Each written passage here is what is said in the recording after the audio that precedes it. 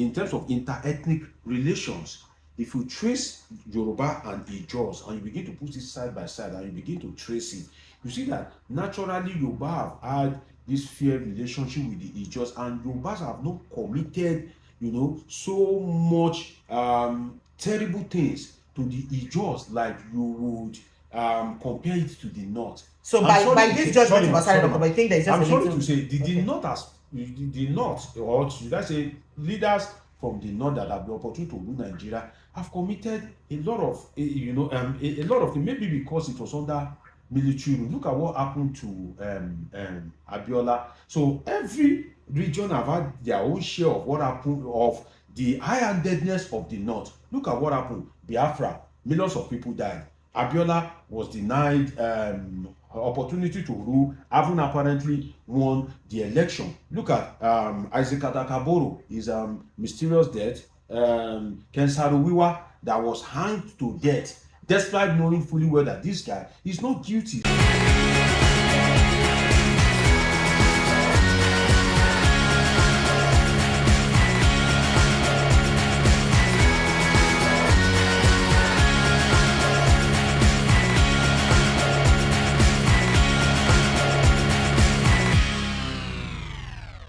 Welcome to Precious AU TV. It's always a delight to be with you every day. So it's an amazing week, and we thought to share a few things, the pulse of the nation with you. And I hear now with the break and down, make on for fit to understand what's they go on. So the freshest of all the conversations we're gonna have today is the recent interview that's happened just this morning with Alhaji Asari Dokubo, or you can say Alhaji Mujid Asari Dokubo. And he did say a lot of things. The guy, the para. And one of the things where he talk and say federal, say, I think I kind of understand with him, because he just talks, even if President Tinubu come back to rule again now, say, he go support him. And then say, he himself supports the President Tinubu with about $2 million of his money during the campaign. And people say, well, excuse me, sir, what's it be your work again? What's it be your profession? How you get this kind of money? Well, he did say a lot of things. One of chief of which he said, what he said was the fact that say he could differentiate in personal relationship with President Tinubu, being somebody will help her during when Obasanjo incarcerated him. So he could differentiate that personal relationship from waiting Tinubu they do Niger Delta people wey no good. The fact say if one say if they support a Wike, help Wike, be Wike under his administration, as a minister under his administration, go use money, buy God judgment, say they must remove Fubara, and say nothing will happen. Say, but in day here to tell people, say if you remove Fubara, say something will happen, because President Tinubu should be able to call Wike to order. But then again, he also spoke about the scrapping of the Niger Delta ministry, which he even got very angry and spat a lot. He spat a lot. Like I talk like that. That means he spit fire. When he talk, say first of all, the Niger Delta, say the people when make up the Niger Delta no suppose include Cross River, Calabar, Edo, Abia, Imo, and Ondo states. Say ordinarily, na Rivers, Bayelsa, and Delta State, because part of Delta State, the Shekiri Ijaw people say they follow for the people with the original Niger Delta based on the upper deck and all that thing. But right now, say they don't scrap those people them. They don't carry other people they join. And say now Obasanjo na for whatever reason, you don't understand why Obasanjo do that kind of thing then. He talk a lot of things, so he can say this scrapping of Niger Delta. Say first of all, you create South Development Commission, Southeast Development Commission, Northwest Development Commission, Northeast Development Commission, all the development commissions them. Sorry, no vex, excuse me, Uncle or Bola Ahmed Tinubu. Say which person money go use finance them? The same Niger Delta money now go use finance these ministries them. And then don't forget that some people in Niger Delta are also angry over the livestock developments, whatever, livestock cattle that commission, they never ministry, they never clear for my head. Say why EBC go create a ministry, like an additional ministry for the northerners? Because if he creates a ministry where cater for livestock, where we know say 99.9% of the livestock when they go address for that ministry, na cattle, that is cow matter. So that means you create a ministry where they address a business of a particular region. A business of a particular region alone. How do you fund that ministry? From the money coming out from Niger Delta. So how do you now expect the Niger Delta people to feel about this. Oh, I get a lot to talk, but make I end them here because how can I be talking too much when I have the political guru with me in the house? Dr. Deji is here with me. Thank you so much. Namaste. Namaste. Namaste. Welcome. All right, Dr. Deji. First of all, I know that we kind of predicted this brouhaha between President Bola Ahmed Tinubu and the Niger Delta people, not just talking about Asari Dokubo alone, but the militants. When that time when you made the announcement of scrapping Niger Delta and all that, people just believe. So you've been also mentioned, say, the Niger Delta militants may be, Tinubu may be hearing from them anytime soon. And you and I think another guest of mine, Chilaka, mentioned it, that he may be hearing from the Niger Delta militants soon. And of course, it don't already come out. First of all, now, they don't talk, say they don't threaten, say, if you no give, want or put what they call a Wike to order, say they go begin bomb pipelines. That is the era of bombing pipelines won't come back again. But Asarina don't come and they talk with plenty anger and I see they do somebody. I would like to know your take on this. Well, you see these Asari Dokubo speeches and orations.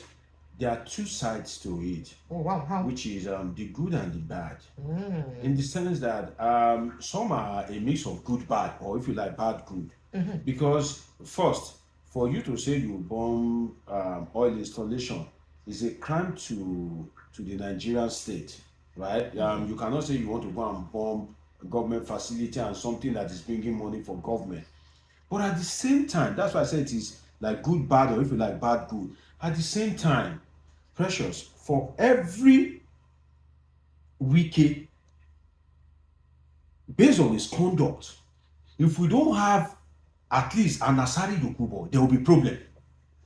For every Wike, we need an Asari Dokubo.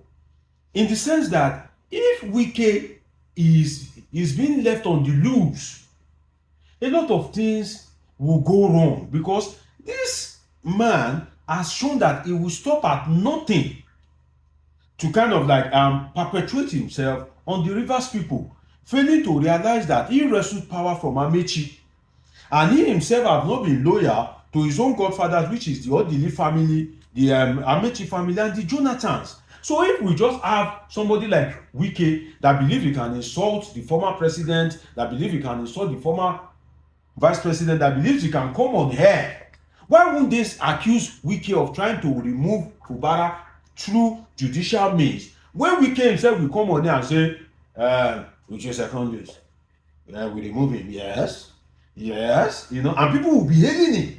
And that was how people were hailing Bola when he said, oh, we will expand the tax net, we will reduce purchasing power. And then they clap for him. And they were clapping for him. So you see that when Wike, by Bola, you mean? That launch Bola Ahmed Tinubu. Oh, by brother, I just our language. Yes, I just call it the local Bola. Okay. Your guy. Bola. So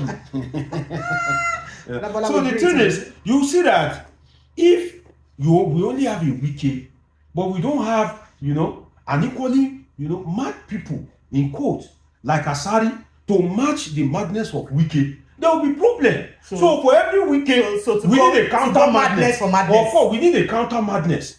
Because if everybody is just cool, Wike will just believe that he has the monopoly of all, and it's not only Asari Dokubo that said it.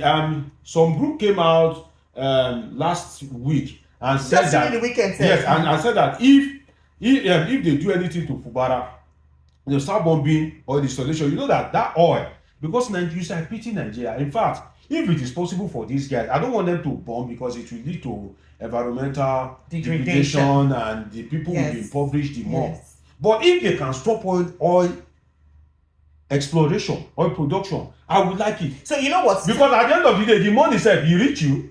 You don't reach me. You don't reach me. So exactly what Asari said this morning. When the people stop all the oil exploration. Because I'm hungry. Are you not hungry? I'm very hungry. Every people go hungry. Speaking about hunger, we'll get to that because there's a video making the round of before we get to that video. Speaking about oil exploration, Asari said that people are saying that oil is no longer in vogue and that it's not important anymore. That people should look for other source of revenue for Nigeria that is not important. But yet oil still remains the number one source of revenue for Nigeria. So why make it look like the Niger Delta people don't matter because oil is not even in vogue anymore? There are other sources of income. No, like you're deliberately demeaning the Niger Delta people. But then they are still your number one source of revenue, or They are still the their number one source resources of- is still your and- number one source of revenue. And if you look at it from the geopolitics of Nigeria, if sincerely, if they don't come out to make this kind of statement, to kind of like do some gra, trust me, Wike won't be called to order. But immediately, do you know what oil money means? Once that oil money stop, government has stopped. There will be no money to pay army, to pay police, to pay even the National Assembly members. Because how much is custom generating? Is it only custom money that you want to use to pay the civil service? So the oil money is very important, and that is why statement of Asari Dokubo, that's why I say it's a mix of good bad. He has his own bad side, but at least this one, for you to say you bomb oil installation, we can't call it good. But at the same time, we can't call it bad if it's matching the force of somebody like Wike. And Nigerian government, you see, what is making Nnamdi Kanu to suffer is because his area does not have oil. Do you know that the agitation that Nnamdi Kanu made, if the southeast is an oil producing region, they would have dialogue with him or be pampering him. Of course, they won't lock him up perpetually like that, because by the time you lock him up and 2 oil installation, do you know it's easy to bomb oil installation, just attach bomb. But Abia State is an oil producing state. See, It's when we talk, insignificant. you won't compare Abia to Rivers, the Bayelsa, Bayelsa, the Delta core states. oil, you understand? So if you attach bomb and the oil installation goes up, it's not easy for you to come and fix it back. It will take maybe years, because if it's a fire outbreak and they are burnt crust in the pipeline, the pipeline may not even be able to function again. So Asari Dokubo is good in that regard, but at the same time, Asari Dokubo, let me give you what I think is one of his good side, in the sense that Asari Dokubo has been able to distinguish rather than deceive the whole people, in the sense that he has come out to criticize Bola Ahmed Tinubu and said, oh, you can't be ignoring the Niger Delta people.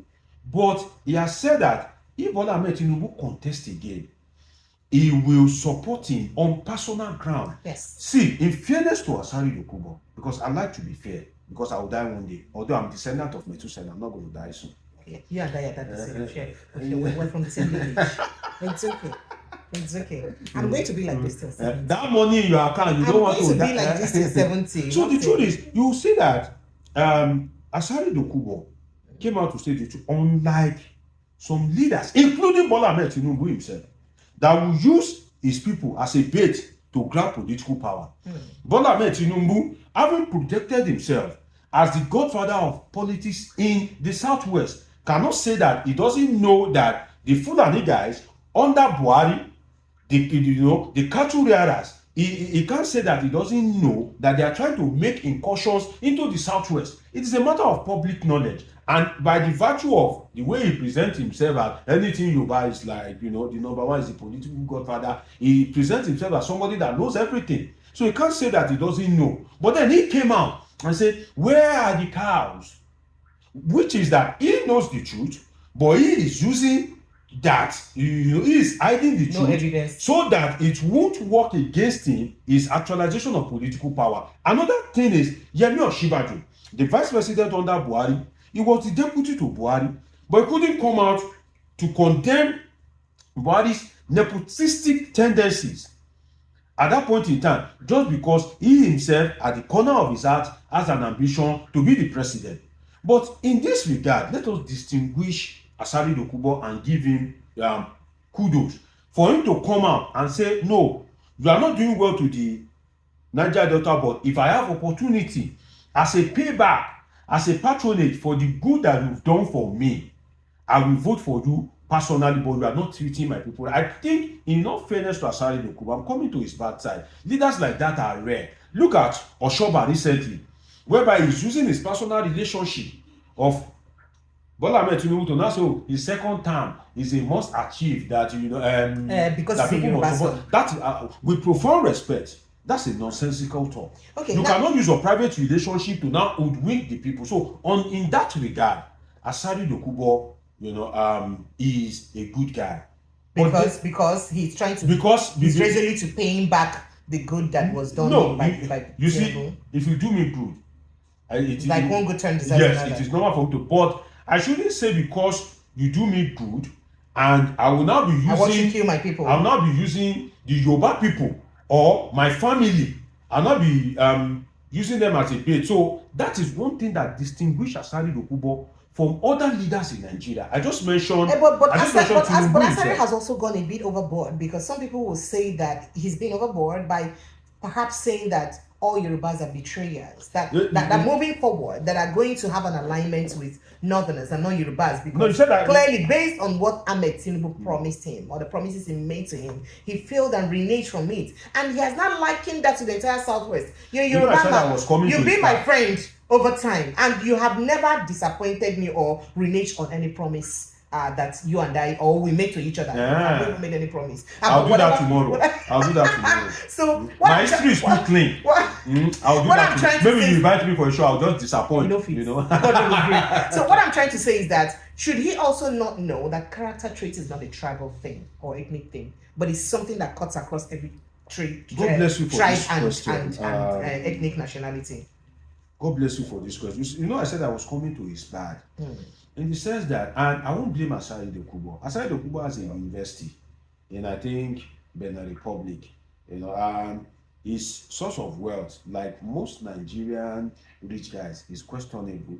But then we can easily trace it to the massive oil bunkering that was done in the Niger Delta. They are the one in charge of those big ships and, you know, oil money. You know, if you are able to do if you are able to ship oil successfully, just twice, your life will change. And imagine just twice, you know. You don't need it twice, brother. I'm from Niger Delta. Yeah. Just be a partner of 10 and once only.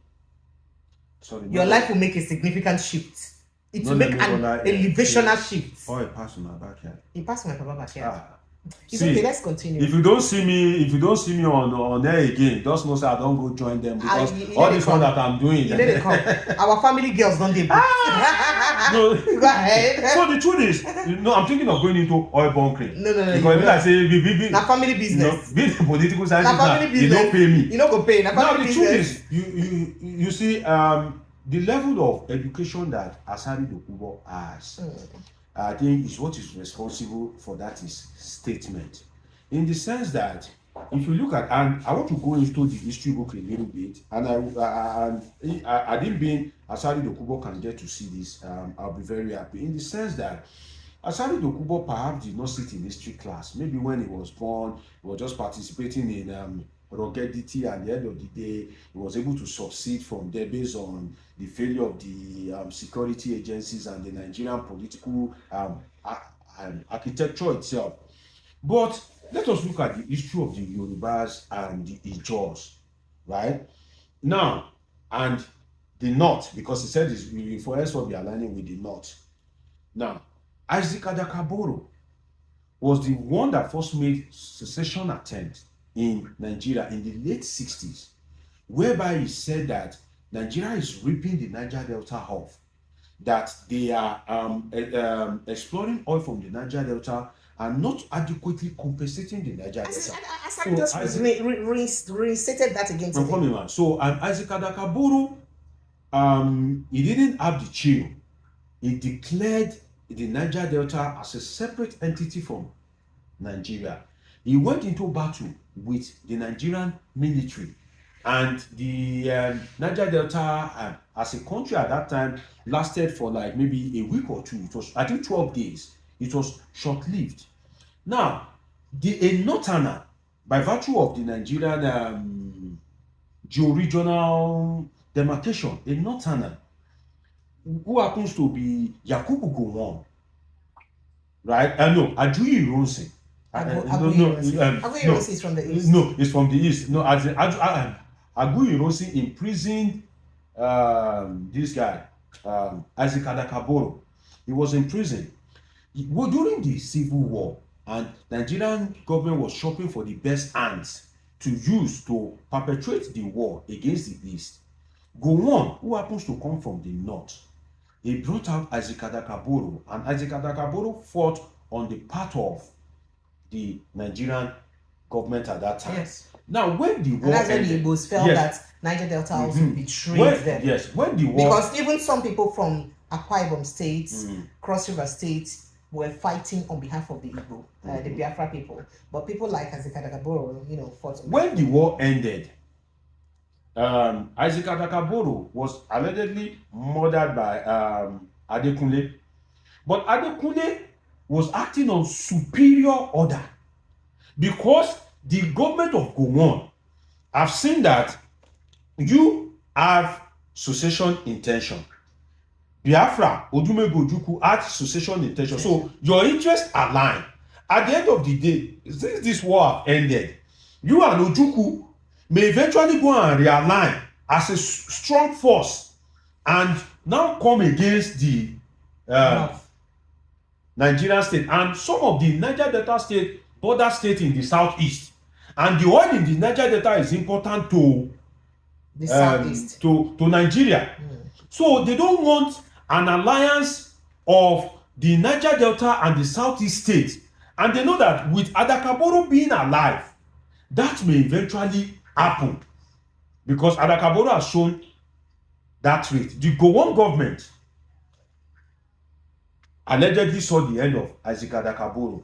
Isaac Adakaboro was murdered under the military government that is served, headed by Gowon. The Gowon guys executed him. You can say it was, it was Adekunle, but we know how the military was acting on superior order. Now, during the time of Ken Saro-Wiwa, that is one I've given you, I want to give you like 4 examples to educate Asari Dokubo. During the time of Ken Saro-Wiwa was clamoring. But he did it non-violently, that, you can't be, suffering my people. And he took the advocacy to the international scene. Ken Saro-Wiwa was tried, was arrested, arraigned, and executed by the Abacha military government, who happened to be another northerner. They executed Ken Saro-Wiwa and the Ogoni 9. Ken Saro-Wiwa and 8 others, making Ogoni 9.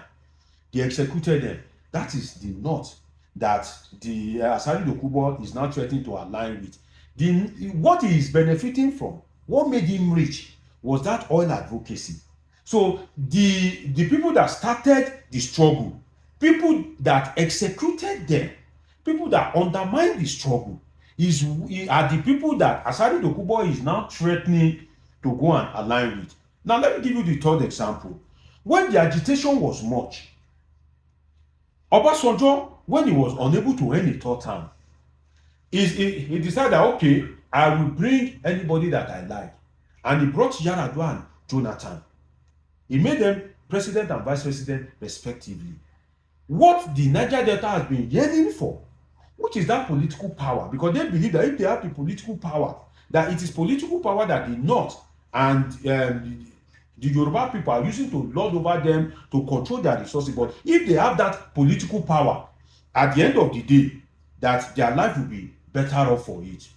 The Yoruba man made Goodluck Jonathan the vice president and eventually had the opportunity to be president when life happened to Yar'Adua. So what am I trying to say? If Asari Dokubo is a good student of history, he will know that the Yoruba people have been more strategic, have been more beneficial to the Ijo race than the Northerner. The Northerner perpetrated so much injustice to the Ijo people. And for instance, I think he's coming from the hill. For instance, who centralized the control of resources before we were part of this regional system? Was it not a Northerner? Now, when they started distributing oil wells and they were perpetuating the resources of the North, with the resources of the Niger Delta, was it not the Northerner? I'm coming, man. Sorry, man. The alert that Nigeria is still receiving today from Abacha, that when you guys are broke and you are crying, they bring power, your own Abacha will just be looking, what's wrong with my kids? I still have some goodies here, and he will show you alert from heaven. He will show Nigeria alert. The alert that Nigeria is receiving is whose money? Is the money of the Niger Delta, the oil money. So you must be a poor student of history You must be, your level of intelligence must be so very minute. If you ever think that as a Niger Delta person, you want to live, they're like the number 4 in terms of population. You now want to leave the Igbos that have not perpetrated any major crime to your race, to your ancestry. You want to leave the Yoruba people that have not perpetrated any major crime to your ancestry or race, to go and align with the North again. Evidently done. You will still receive the fire, baptism of fire perhaps again. he may also have grudges against an Obasanjo, who, one, he said, aligned with, or perhaps got other states to be involved in the Niger Delta, but thereby sharing the resources of the Niger Delta amongst those states, like the Abia, I mentioned them to you, like the Abia, Imo, Cross River, Calabar, Edo, and Ondo states. Secondly, remember the Odi massacre. That was an Ijaw community that was massacred on the order of Olusegun Obasanjo. That is one grief that the Ijaw people, would never do away with for a long time. Okay, let's because it was context. immense. Okay. I was going to mention all of those. Okay. And that's the second thing. And then that looks like deliberately undermining, the Ijaw people. I don't know whether you understand me, like, Okay. to hell Good with point. them. And then not also forgetting what this president has also done. Remember that just recently, earlier this year, there was something that happened in Okwama. Military people went to settle a dispute, whatever it was that they went to settle. But the president gave them order to ensure that they apprehend the perpetrators that killed military officers. That community was ultimately burnt down. But that same treatment is not meted out, or the president never gave out the same order when things like that happen in the north, just few weeks apart. And as happened more than 3 times after the Okwama issue, the president did not also give the same order with the same venom, saying that fish them out, go all means. He didn't give that same order. So it looks like, it happened in Niger Delta. He can come out with all full force to destroy an entire community, burn down an entire community. We did hear at some point that only a church was a surviving building in that community. Everywhere was raised down by Nigerian military under the order of President Bola Ahmed Tinubu at that time. So should the Niger Delta say that, these Yoruba men have been awesome, then plus the scrapping of the Niger Delta. Now, the reason why that scrapping may be very important, it looks like I'm speaking very passionately because of the Niger Delta game. So the reason why the Niger Delta perhaps will be very, the NGDC, which I don't even like in the first place, because I think it needs a total rehabilitation and overhaul, because it became a conduit pipe for siphoning money amongst politicians. So I would not even tell you, if you ask me, I'll tell you that 90% of the functions that NDC was supposed to do, they did not do. They only did 10%. Do you understand? But that's a matter for another day. But the militants or the elders, remember there's only Asari that has spoken about this. Edwin Clark has spoken, other people have spoken. They see the Niger Delta Development Commission, the NDDC, as a means of, a subtle, a pacifier, as something that the government owes them to pacify them with because of the resources from the place. Remember that the oil is the gold in Zamfara state still remains the gold in Zamfara. The bitumen and other natural resources in the north is almost exclusive to the north alone. We don't even know how much exactly the federal government makes from those natural resources. And most people within it, can you now go and own a gold mine in the north?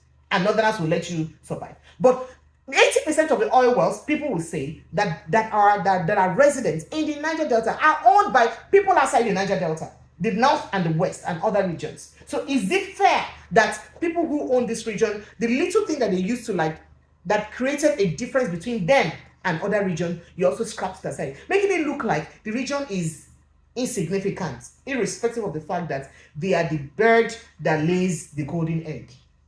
So it makes it look like the region is insignificant, even treating the north more superiorly, or with more superiority rather than the east and than the Niger Delta. So these perhaps may be the grievances that Alhaji Asari Dokubo does have. Well, the thing is, first, you see. So do you not think that all of this may be enough points? There are points, but if he is talking about his relationship with Bola Ahmed Tinubu or his performance, it's okay. But what I am against is bringing in the entire Yoruba race. And that's why I said that if you trace the, in terms of inter-ethnic relations, if you trace Yoruba and Ijaws and you begin to put it side by side and you begin to trace it, you see that naturally Yoruba have had this fair relationship with the Ijaws, and Yorubas have not committed, so much terrible things to the Ijaws like you would compare it to the North. So by this judgment of Asari Dokubo, I think there is just I'm a sorry little... to say the North, or should I say leaders from the North that have the opportunity to rule Nigeria have committed a lot of a lot of things, maybe because it was under military rule. Look at what happened to Abiola. So every region have had their own share of what happened, of the high-handedness of the North. Look at what happened. Biafra, millions of people died. Abiola was denied opportunity to rule, having apparently won the election. Look at Isaac Adakaboro, his mysterious death. Ken Saro-Wiwa, that was hanged to death, despite knowing fully well that this guy is not guilty. So I believe that Asari Dokubo should have been a good student of history. If you say, oh, you don't want to kind of like you are blaming the government of T-Pain for his policies, it's fine, it's okay. Everybody just T-Pain, it means Tinubu's pain. Another word for hardship, another word for destitution, another word for hopelessness, another word for